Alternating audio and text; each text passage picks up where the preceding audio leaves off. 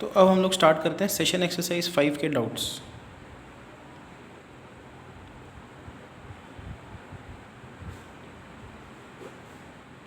तो पहले ये डिस्कस करते हैं क्वेश्चन नंबर 14। सो हमको निकालना है range of the function f x is equal to cos inverse x square by root of 1 plus x square. Now इतना तो कंफर्म है कि x का कोई भी वैल्यू आप पुट करो, कोई भी वैल्यू, ये टर्म हमेशा ग्रेटर देन और इक्वल टू 0 होगा। तो पहला conclusion x square by root of 1 plus x square is greater than और इक्वल टू 0। दूसरा, ये एक इवन फंक्शन है। देखो, अगर आप एफ एक्स लेते हो या एक अलग नाम रखो g of x is equal to x square by root of 1 plus x square.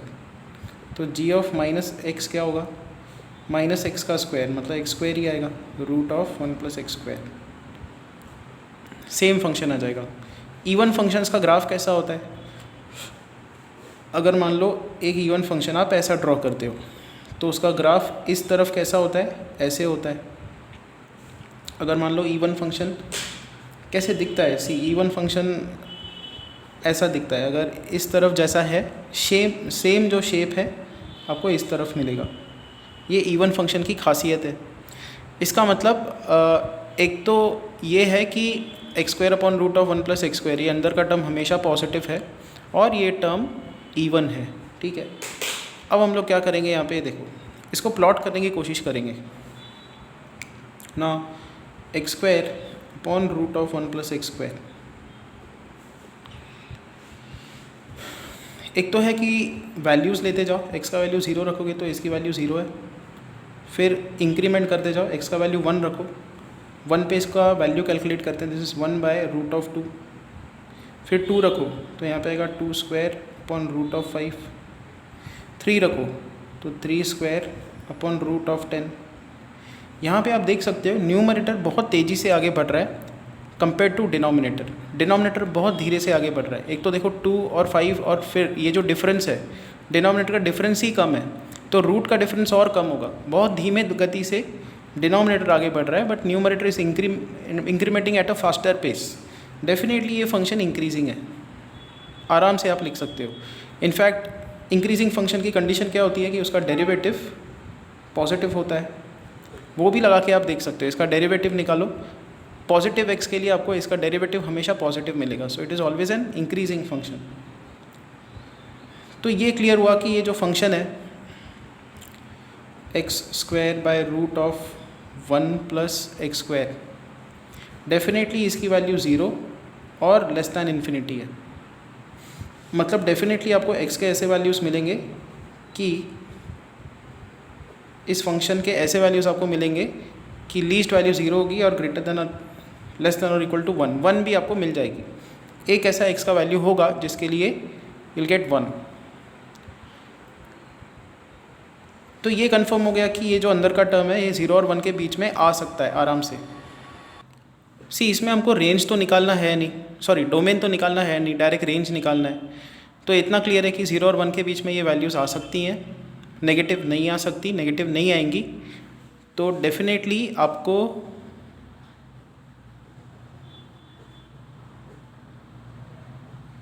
जब आप कॉस इन्वर्स लोगे, कॉस इन्वर्स 0 क्या होता है? π/2। कॉस इन्वर्स एक डिक्रीजिंग फंक्शन है, तो cos inverse x square by root of 1 plus x square, and cos inverse 1 क्या होता है? 0 टू π/2। इस एफ एक्स की रेंज है 0 टू π/2। तो एकदम ऐसा नहीं है कि ये जो फंक्शंस चैप्टर है उसमें आपको क्लियर कट एक वेल डिफाइंड मेथड है। आपको फंक्शंस को ऑब्जर्व करना पड़ेगा, उसका नेचर समझना होगा, और कॉस इनवर्स फंक्शन है तो अंदर की वैल्यूज़ को एनालाइज करना होगा और फिर अकॉर्डिंगली रेंज लिखना होगा। हर समय ऐसा स्ट्रेट अप्रोच नहीं है कि हाँ ये मेथड लगाना पड़ेगा, आपको सोचना होगा और ये प्रैक्टिस से आएगा। नेक्स्ट जो क्वेश्चन है, जो डाउट भेजा गया है, that is f x is equal to tan of pi GIF of x square minus x। Divided by 1 plus sine of cos x. Now see, पहले देखते हैं इसका रेंज, डोमेन, इसका डोमेन देखते हैं। तो हमको ये पता है कॉस एक्स के वैल्यूज़, कोई भी एक्स का वैल्यू पुट करो तो cos x lies between 1 and -1। Sine ले लो इसका, तो sine of -1, sine of cos x, sine of 1, ये 1 रेडियन है, ठीक है। 1 रेडियन अप्रॉक्सीमेटली कितना होता है? 1 radian is approximately 57 point something, कुछ तो आता है यहाँ पे 57.8 डिग्रीज। तो साइन ऑफ -1, साइन एक ऑड फंक्शन है तो माइनस साइन ऑफ 57.8 डिग्रीज, ऐसा कुछ तो आएगा। एंड यहाँ पे साइन ऑफ कॉस एक्स, यहाँ पे साइन ऑफ 57.8। नियरेस्ट एंगल कौन सा हमको पता है? 57 के आसपास, 60 पता है, साइन 60 √3/2 होता है। तो ये जो साइन ऑफ कॉस एक्स है ये माइनस √3/2 और √3/2, अब ये इक्वालिटी की साइन हम लोग हटा देंगे कि हमने अपर बाउंड ले लिया है यहाँ पे, इसको इंक्रीज़ कर दिया ना हमने, तो ये इनइक्वालिटी तो कभी अचीव नहीं होगी, ठीक है।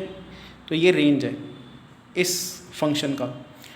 हमारे यहाँ पे 1 प्लस है, तो 1 प्लस अगर आप करते हो तीनों में तो ये ऐसा दिखेगा।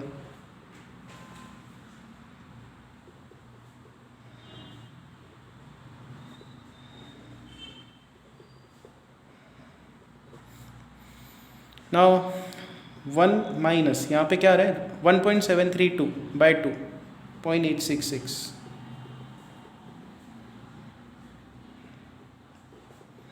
1 प्लस 0.866। डेफिनेटली ये जो टर्म है डिनोमिनेटर का टर्म, यहाँ पे भी पॉजिटिव, यहाँ पे भी पॉजिटिव, दो पॉजिटिव टर्म्स के बीच में लाई कर रहा है। इसका मतलब डिनोमिनेटर कभी भी 0 नहीं होगा। इसका मतलब x के सारे वैल्यूज़ पुट इन कर सकते हो। तो यहाँ पे डोमेन क्या है? डोमेन इज R, सारे रियल नंबर्स आप पुट कर सकते हो। अब जैसे डोमेन पुट करोगे, ये जो x² - x है, कुछ तो टर्म बनेगा और यहाँ पे GIF है। GIF मतलब ये इंटीजर बनेगा। Now if this term is integer, integer into pi क्या होगा? तो क्या क्या इंटीजर्स पॉसिबल है? 0 pi, 1 pi, 2 pi, 3 pi and so on, -pi, -2 pi, -3 pi, -4 pi, so on. तो ये जो ऊपर के एंगल्स है ये ऐसे होंगे। अब tan इन सब एंगल्स का क्या होता है? 0 होता है। तो न्यूमरेटर इज ऑलवेज 0, तो हम लोग क्या लिखेंगे? fx is always 0। तो इसका रेंज क्या है? इसका रेंज है, एक ही एलिमेंट है 0, और डोमेन क्या है? R। तो ये मैनी वन फंक्शन जैसा है, सारे के सारे रियल नंबर्स उसको एक ही नंबर पे मैप किया जा रहा है, 0। Next is question number 21। fx is root of -x² plus 4x - 3 plus root of sine of π/2, sine of π/2 into x - 1। इसका पहले हम लोग डोमेन निकालते हैं। स्क्वायर रूट के अंदर का टर्म -x² प्लस 4x - 3, इसको प्लॉट करते हैं, ठीक है। Let's say this function is g of x। So minus sine common निकाल दो, x - 3, x - 1, इसके दो फैक्टर्स होंगे। और कैसे दिखेगा ये फंक्शन? x² का साइन नेगेटिव है, मतलब ये इन्वर्टेड यू शेप पैराबोला है, इसके रूट्स है 1 और 3। तो इसका ग्राफ ऐसा दिखेगा।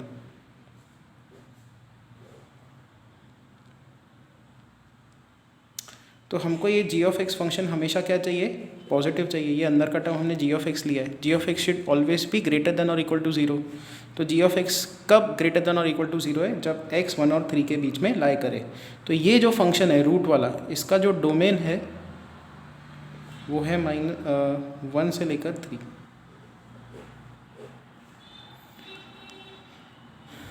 अगर x का वैल्यू 1 और 3 के बीच में है तो ये अंदर का टर्म पूरा पॉजिटिव होगा, 0 या 0 से ग्रेटर होगा, ठीक है। अब इसके डोमेन पे आते हैं। See, sine π/2, sine π/2 into x - 1 should always be greater than और इक्वल टू 0, ठीक है। साइन इन्वर्स ले लो दोनों तरफ, तो साइन इन्वर्स साइन यहाँ पे कैंसिल आउट होगा, यहाँ पे आएगा π/2 sine π/2 x-1 greater than sine inverse 0 is 0। 2/π से मल्टीप्लाई कर दो तो यहाँ पे आएगा साइन π/2 x-1 ग्रेटर दैन 0। 2/π से मल्टीप्लाई किया तो यहाँ पे कैंसिलेशन होगा, यहाँ पे 0 ही आ जाएगा। फिर साइन इन्वर्स ले लो तो π/2 x-1 इज ग्रेटर दैन 0। फिर यहाँ पे अच्छा, अब एक और चीज़ यहाँ पे हम लोग नोट कर सकते हैं, साइन का वैल्यू देखो, ये पूरा का पूरा अंदर का एंगल है, तो साइन हमेशा किसके बीच में लाई करेगा, 0 और 1 के बीच में, 0 और 1 के बीच में। 0 से ग्रेटर क्यों होना चाहिए, क्योंकि अंदर का टर्म पॉजिटिव होना चाहिए एंड इसकी मैक्सिमम वैल्यू 1 होगी, तो इसकी मैक्सिमम वैल्यू 1। तो जब हम लोग साइन इन्वर्स लेंगे, साइन इन्वर्स 1 यहाँ पे आएगा π/2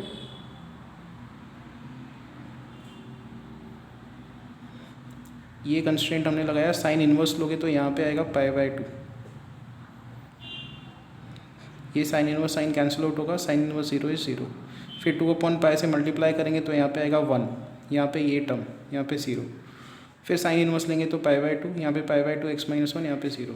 2/π से फिर मल्टीप्लाई करो तो 1 x-1 0, ऐसा आ जाएगा।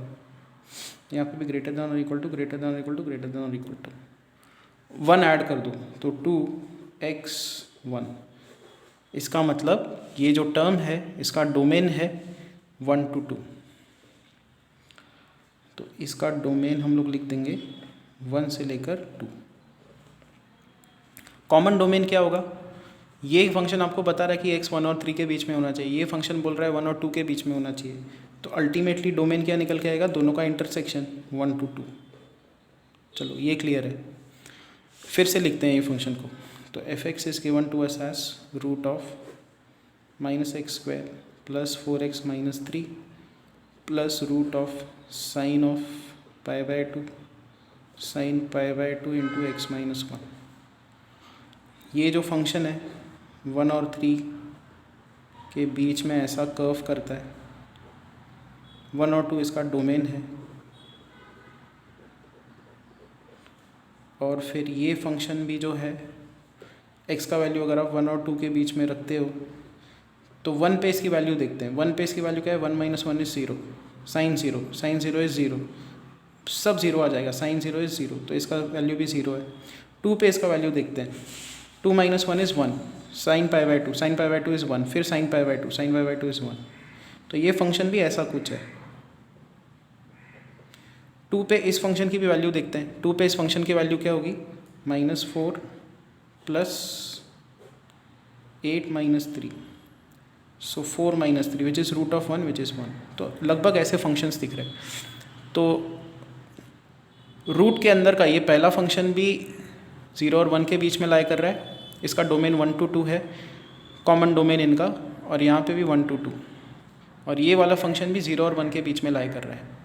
ओके, तो क्या होगा, फाइनल f(x) का रेंज क्या आएगा, डोमेन तो 1 to 2 है, बट रेंज क्या आएगा अगर आप इन दोनों फंक्शंस को ऐड करोगे, तो ऐसा दिखेगा। 2 पे इसका वैल्यू भी 1, 2 पे इसका वैल्यू भी 1, 1 + 1 इज़ 2, तो domain is 1 to, range is 0,2, ये रेंज होता है, दिस इज़ f(x). तो इस फंक्शन का रेंज है 0 to 2। ओके, नेक्स्ट क्वेश्चन देखते हैं, question number 24, which is f(x) is equal to sine inverse log of gf of x plus log of sine inverse gf of x। Now sine inverse के अंदर का term ये हमेशा -1 और 1 के बीच में लाई करना चाहिए, लॉग के अंदर का टर्म हमेशा ग्रेटर दैन 0 होना चाहिए। अच्छा, GIF है, मतलब ये इंटीजर है और -1 और 1 के बीच में है, तो GIF ऑफ x के वैल्यूज़ यहाँ से -1 आएंगे, 0 आएगा या 1 आएगा यहाँ पे, या आना चाहिए, और यहाँ पे GIF of x greater than 0, integers greater than 0, मतलब GIF ऑफ x के वैल्यूज़ हो सकते हैं 1 2 3 4 एंड सो ऑन। तो कॉमन डोमेन इनका क्या होगा, कॉमन GIF ऑफ x के वैल्यूज़ कौन से अलाउड है, यहाँ पे -1 0 है, बट यहाँ पे -1 और 0 अलाउड नहीं है। यहाँ पे 2 3 4 अलाउड है, बट यहाँ पे 2 3 4 अलाउड नहीं है। एक ही कॉमन डोमेन में वैल्यू है, दैट इज़ 1। तो इस फंक्शन का जो डोमेन है, डोमेन होगा GIF जब 1 होता हो। GIF ऑफ x 1 कब आता है? जब x बिलोंग्स टू 1 to 2। ये आ गया इसका डोमेन। जैसे ही आप डोमेन के वैल्यूज़ पुट करोगे, मतलब GIF ऑफ x 1 पुटअप करोगे, log 1 0 होगा, साइन इनवर्स 0 इज़ 0, ये टर्म 0। यहाँ पे sine inverse 1, sine inverse 1 is π/2, log π/2। तो fx का एक ही वैल्यू आएगा हमेशा, that is log π/2। Domain range.